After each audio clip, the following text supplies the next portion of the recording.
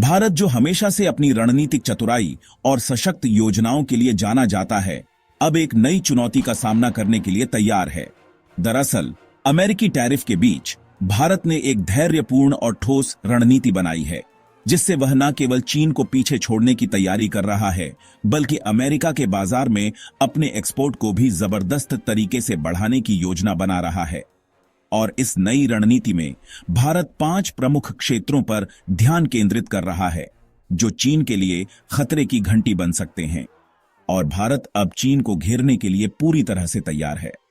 वही हाल ही में भारत को एक काफी ऐतिहासिक ऑर्डर मिला है यूरोप से, जहां यूरोप ने भारतीय स्टेट ओन ऑफ दी 8 हथियारों के लिए करोड़ों रुपए का ऑर्डर दिया है। पूरी अपडेट क्या है, आइए समझते हैं आज की इस वीडियो में।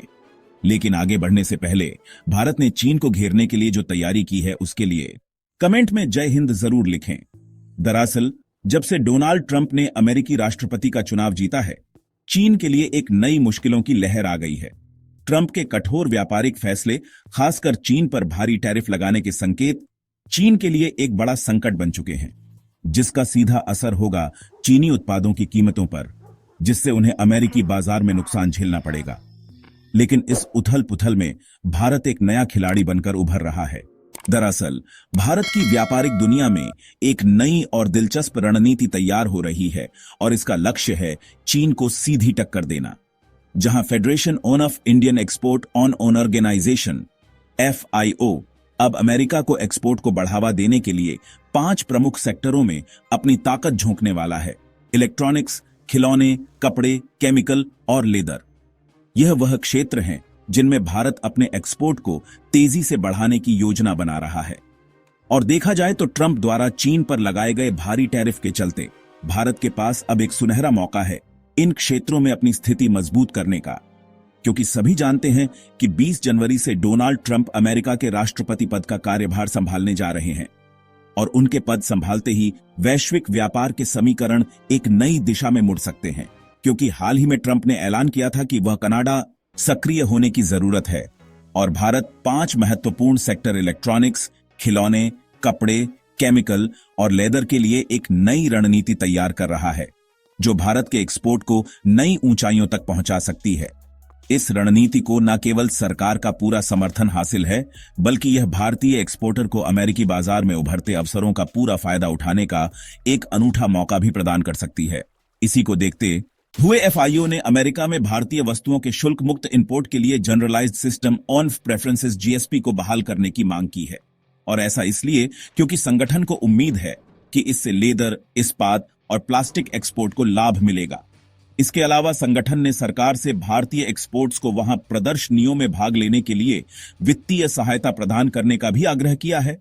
ऐसे में सवाल यह है कि पिछले कुछ सालों में भारत और अमेरिका के बीच व्यापार कैसा है।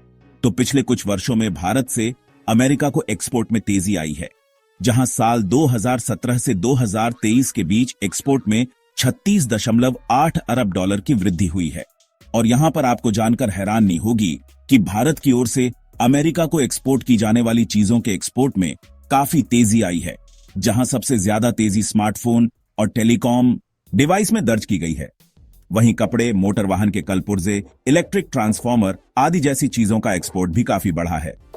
और इन सबका असर चीन पर पड़ रहा है, क्योंकि ऐसे में अगर भारत अपनी योजना में कामयाब हो जाता है, तो उससे चीन चारों खाने चित्त हो सकता है।